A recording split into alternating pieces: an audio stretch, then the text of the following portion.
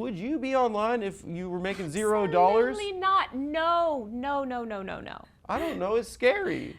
It's like you can X see is people bad. getting killed, and then Yeah. fucking, and then the N-word. It's too scary. I know. Is that free speech or Elon's making it that? It's not free speech. He banned a bunch of journalists. I got banned. I got back on though. Really? Yeah, I got banned. You think just this is as an aside, but like you have a autoimmune disorder from COVID? Not autoimmune, but an immune. Autoimmune is when your immune works overtime. My immune system basically does not work enough. Autoimmune means you have really good immune. It's like overworking your immune system. My immune So system. AIDS is good? What I don't No, understand. AIDS is not. HIV is not. Is that autoimmune? No. No. Okay, I don't.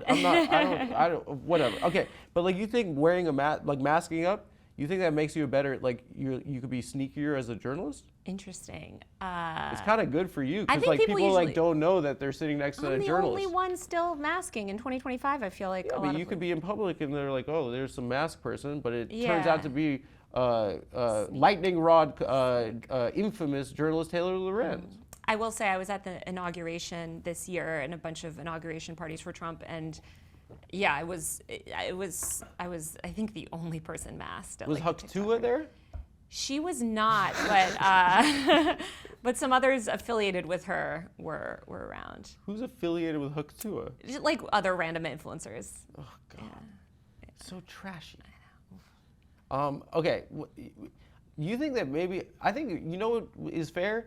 You guys used to wear like a fedora with like a little book. The Reddit people? No, Yeah. like journalists. Oh, journalists, yes, Yeah. with the little like press badge or whatever. Yeah, and then you know who a journalist is. Yeah. Now you don't know. You know, you could be out in public. So you might be true. saying something. You guys should wear those like. I think you guys should wear those vests from like war zones. Those Yeah, blue the vests blue that say ones. press. With the fedora. Just because I mess up things that I say all the time. But people don't need to be a journalist to, like, now we just have this like crowdsourced surveillance state where everyone's recording everyone at all times, like everywhere you go, you know? Really? Yeah. Not all the time. A lot of the time. I think with facial, I don't know if you've ever used the website, have you ever heard of PimEyes? Oh, you got to search yourself on PimEyes. I don't want to look. It's like one of those websites where it scans the internet for your face and you'll find yourself. I mean, I found myself in like parties from like Williamsburg in 2011. Nice. Yeah. Animal Collective. Yeah, it's like that. The I was grizzly living in bear? Williamsburg in 2011. I thought it was like peak cool. Wait, I want to go back because I'm getting off track again. But like, as someone that's covered this, like, do you think we could fix it? I do believe in I do believe in like an open web and free speech and the internet's democratizing power. I think what's been really scary in liberal and leftist spaces over the past 10 years really is this regression where they're so pro censorship, so pro they want to fucking dismantle Section 230. Like they want to. What's that? It's basically the law that guarantees a free internet. It allows for you to have basically any platform to sort of like host your speech. For if I wanted to sue you, I'm suing you and not the platform. So it protects platforms' ability to publish a wide variety of things. Is it protects Google from getting sued? Yeah, and sued for defamation. You can make a lot more money if you get them in the lawsuit too.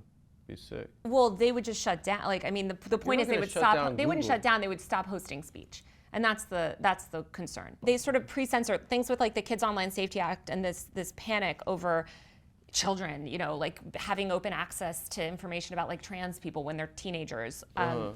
It's caused these platforms to pre-censor a lot of stuff, and I think a lot of these platforms have become way too censorious. We don't have enough free speech online. You're saying, but liberals aren't telling them to censor trans stuff. Liberals want censorship of right-wing ideas, and right-wingers want censorship of trans stuff and reproductive justice. They just want to censor each other, and that's why they can come together on these really dangerous, bad, dangerous censorship laws, like the Kids Online Safety Act, like the Take It Down Act. You mentioned kids. It's like I'm 38, so like we didn't have I couldn't just watch porn, like Pornhub style. Yeah. I had to go searching for it. I had to like people would like hide it in the woods and stuff like that. In the woods? And I feel like I don't know. Maybe it's like maybe it's fucked kids up, like that at 11 they could just see people fucking, and it's like maybe that's a little bit not speech, but I don't. Here's the thing. I'm open to that. Yeah, I'm sure.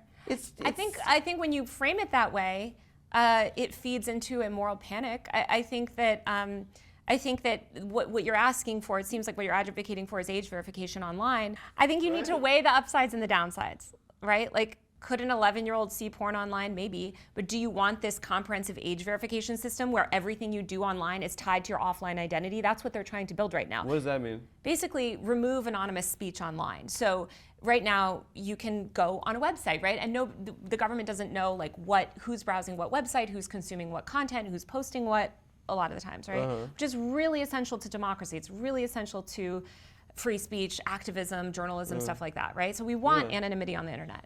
One thing I've in like looking at your stuff that's interesting is like you've made a point that like you make statements about what your like political ideology is, right? And like obviously journalists are human beings, right? But we didn't know like Dan Rather's like I think we did. I mean, we could guess, but he wasn't like he wasn't overt about it. He wasn't like fuck rest in piss Biden. You say that? Rest in piss Biden? I did. You know what you're doing. You know what you're doing. Yeah. You know what you're doing. Yeah. You know what you're doing. You know like these like journo DC blue check types. They fucking hate it. Yeah, I like they'll them. take it every they'll take the every bait time. Every time. So what is the line between someone that's playing the game and someone that's covering the game? And where do you exist in that spectrum? Yeah, I mean, I do hate. I will say, I believe that shit. Like, I hate Joe Biden. Like, I think he is Sure, but you're trying to piss off other fucking other people in your fucking industry that are. I mean, you live in a world of scoundrels, and you're trying to like piss off fucking I don't know, the Atlantic. I like to get a rise out of these people that I think are sort of just fundamentally unserious. Like they're lying. Like their whole thing of like. We don't have an agenda. We don't have an opinion. I think now, especially, I mean, considering the context of Gaza, like we see that the media does have an agenda and the media does have a certain political slant and certain journalists at these places, I mean, all journalists, journalism is not a neutral act. Every editorial decision is made, to present a certain version of events. And so I just think it's a farce to not acknowledge that. And I've always, and this is why a lot of these mainstream media people hate me, is like I said for a long time, sort of from the jump, that I think that that's an antiquated view of journalism. And I think it's much better to be open about my beliefs. People can disagree. But does it color like people's interpretation? Because they're going to be like, she's like Fox News, right? Yeah. Was like, I feel like things changed because they were like, this is a brand of journalism. And I think that like, I guess it's an interesting question. Journalists but like, have always had brands. Does that color your analysis as a liberal or leftist or like, like does that like, instead of like, oh, I'm finding sources and I'm telling a story and I have like professional ethics. But I'm not lying about it. Like what bothers me about traditional media is that they're lying. Like they're not, and not all of them, of course, and there's amazing journalists. When have they ever lied? Joe Biden was fine. He was doing great, guys.